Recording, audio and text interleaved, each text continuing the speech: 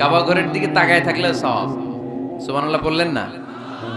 আন-নাযার ইলাল কাবা, তিন জিনিসের দিকে তাকালেই সওয়াব।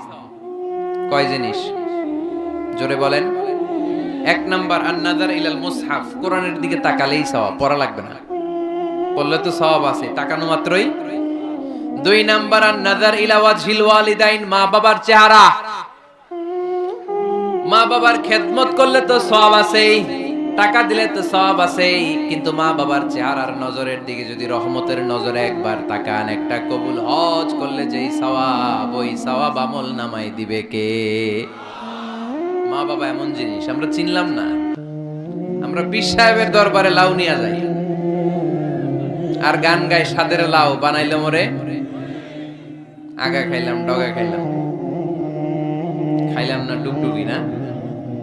তো কই লাউ নিয়ে যান আপনি, কই হাদিয়া নিয়ে যান? আসল পীর সাহেব তো আপনার ঘরে। আপনার আব্বা সবচেয়ে বড় পীর সাহেব, আপনার আম্মা জান আপনার জন্য সবচেয়ে বড় পীর সাহেব।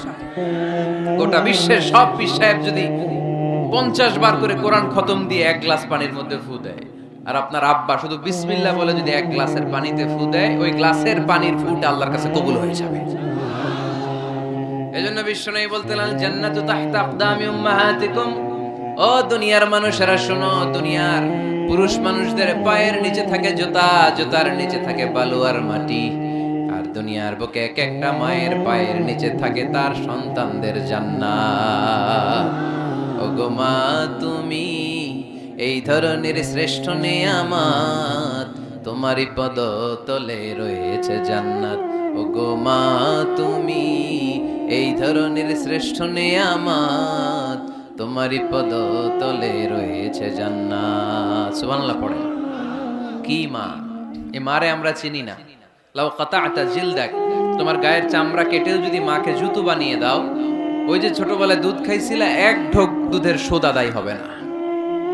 এক ঢোক দুধের শোধ আদায় হবে না। ওই মা 3 বার বললেন আল্লাহ রাসূল এই মায়ের কথা। কয়বার?